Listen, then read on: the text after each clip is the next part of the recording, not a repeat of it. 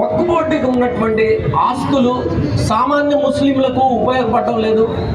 ఈ వక్ఫ్ బోర్డులో ఉన్నటువంటి ఈ ముతవల్లీలు వీళ్ళే ఈ ఆస్తుల్ని కైంకర్యం చేస్తున్నారు, వాళ్ళు అనుభవిస్తున్నారు.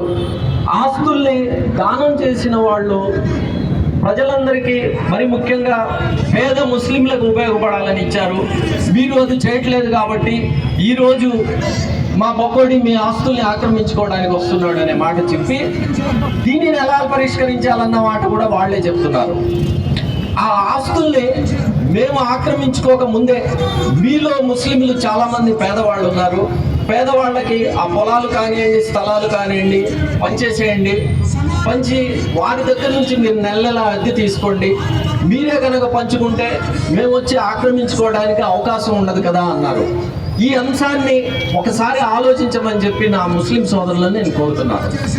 అదేవిధంగా మనం ఒక విషయాన్ని గుర్తుపెట్టుకోవాలి.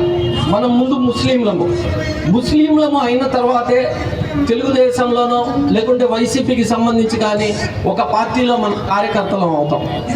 మనకు సంబంధించిన మన ముస్లింలకు సంబంధించిన ఆస్తులు, వక్ఫ్ బోర్డుకు సంబంధించిన చట్టాలను మార్పు చేస్తూ తూట్లు పడుస్తుంటే తెలుగుదేశం పార్టీలో నేనున్నాను కాబట్టి దాన్ని నేను వ్యతిరేకించను, లేదా వైఎస్ఆర్సీపీలో పార్టీలో నేనున్నాను కాబట్టి వ్యతిరేకిస్తాను అని మనం ఆలోచిస్తున్నామంటే మన ఇస్లాంకే మనం ద్రోహం చేస్తున్నట్టు లెక్క.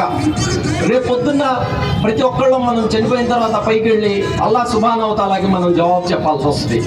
ఇక్కడ మనకు పార్టీలు ముఖ్యం కాదు.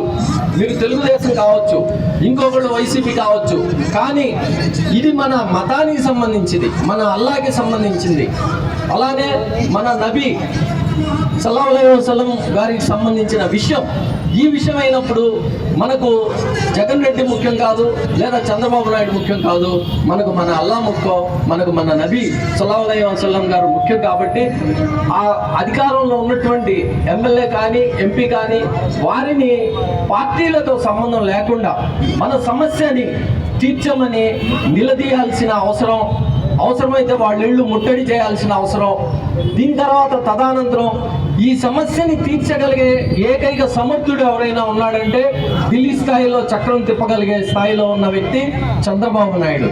ఆ చంద్రబాబు నాయుడు ఇంటికైనా సరే వెళ్ళి మనం ముట్టడి చేస్తేనే ఈ సమస్య తీరుతుంది.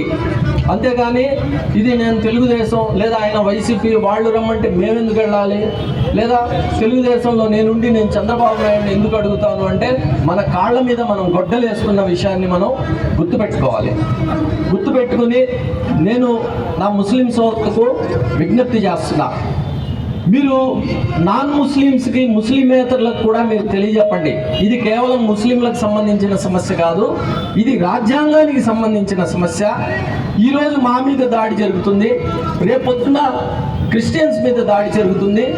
ముస్లింల ఆస్తులు, క్రిస్టియన్ల ఆస్తుల్ని దోచుకున్న తర్వాత హిందువుల ఆస్తుల్ని కూడా ఈ ఆర్ఎస్ఎస్కి సంబంధించిన వ్యక్తులు వీళ్ళు దోచుకుంటారు.